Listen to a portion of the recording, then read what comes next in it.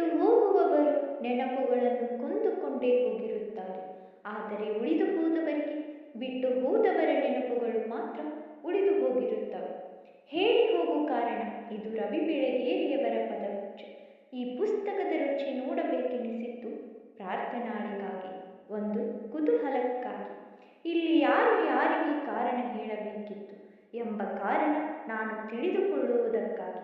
ಆದರೆ ಕಾರಣ ತಿಳಿದಕ್ಕಿಂತ ಮಿಗಿಲಾಗಿ ಅದೆಷ್ಟೋ ಪ್ರಶ್ನೆಗಳನ್ನು ಮನಸ್ಸಲ್ಲಿ ಬಿತ್ತರಿಸಿ ಬಿಟ್ಟರು ಬೆಳಗೇರಿಯವರು.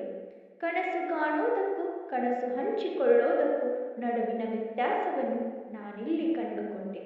ತುಂಬಾ ಒಳ್ಳೆಯ ಮನುಷ್ಯ ತುಂಬಾ ದುಷ್ಟನಿಗಿಂತ ಬಲಿಷ್ಠನಾಗಿರುವುದನ್ನು ಕಂಡೆ ನಾನಿಲ್ಲಿ. ಹಾಲ ಕಡಲಿನಂಥ ಪ್ರೀತಿ ಅಗ್ನಿಕುಂಡವಾಗಿ ಪರಿವರ್ತಿಸಬಹುದನ್ನು ನಾನಿಲ್ಲಿ ಅನುಭವಿಸಿದೆ.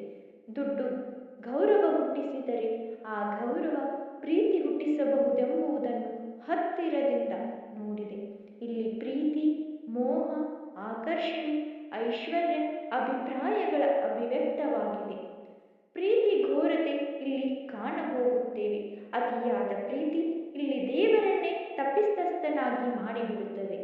ಪ್ರೀತಿಯ ಮೋಸದ ಜಾಲ ಇಲ್ಲಿ ದೇವರನ್ನೇ ವಂಚಿಸುತ್ತದೆ. ಕೊನೆಗೆ ದೇವರೇ ದಯಾಪುರುಷನಾಗುತ್ತಾನೆ, ದಯಾಮಯಿ ಅಲ್ಲಿ ದುರ್ದೈವಿಯಾಗುತ್ತಾನೆ.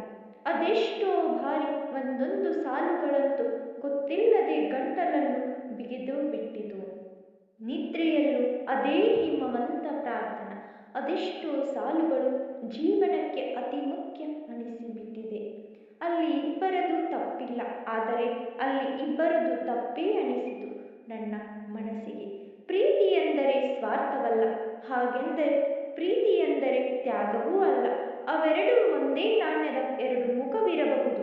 ಪುಸ್ತಕದ ಕೊನೆಯ ಸಣ್ಣ ಪುಟ ನೆಮ್ಮದಿಯೊಂದಿಗೆ ಮುಕ್ತಾಯ ಮಾಡಿದ್ದಕ್ಕೆ ಬೆಳಗೇರಿಯವರಿಗೆ ಧನ್ಯವಾದ. ಆದರೆ ಕಾರಣ ಹೇಳಿ ಹೋಗಬೇಕಿತ್ತು ಪ್ರಾರ್ಥನಾ.